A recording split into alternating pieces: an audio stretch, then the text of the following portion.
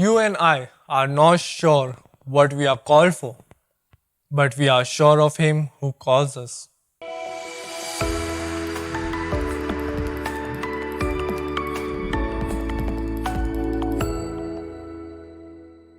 In 2018, after the flood in Kerala, there was an article in the newspaper praising the unknown heroes of the sea.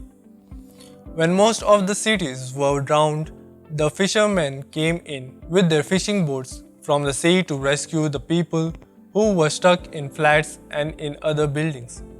The article ends by saying that they were men of strong conviction and action because they challenged one of the greatest forces of nature, the sea, to earn their livelihood.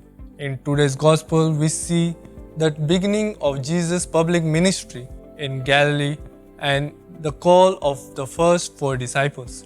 When Jesus called Simon and Andrew, they were casting nets, a means of earning their livelihood.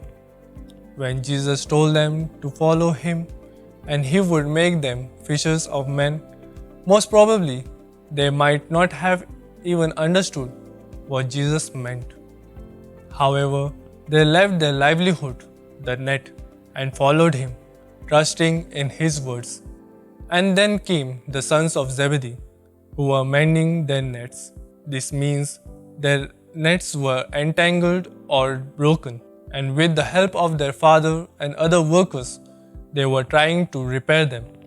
Their situation seems to be more complicated than that of Simon and Andrew, because they had to make a choice to leave their broken net and their father, their livelihood, and other workers who were depending on them.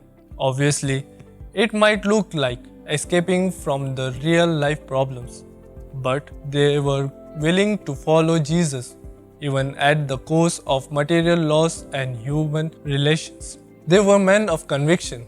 Jesus called them and walked away, and they had to make a choice between Jesus and the world they belonged to. Similarly, Jesus calls us too while we are in the midst of our daily routine. Are we able to make that concrete decision in our lives? I don't mean that all of us are called to be religious or priests, but we hear His call in various circumstances of our lives. Are we able to listen and follow His words, or are we too busy mending the so-called nets of our lives? I am sure their father Zebedee and the other workers who were with them might have been upset and unhappy when they saw them living and following Jesus.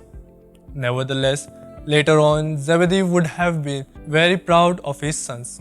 Likewise, when He calls us, there may be disappointment and discouragement, but trust in Him who calls us, because you and I are not sure what we are called for, but we are sure of Him who calls us. So let us turn our ears to His call and accept and follow His paths. Amen.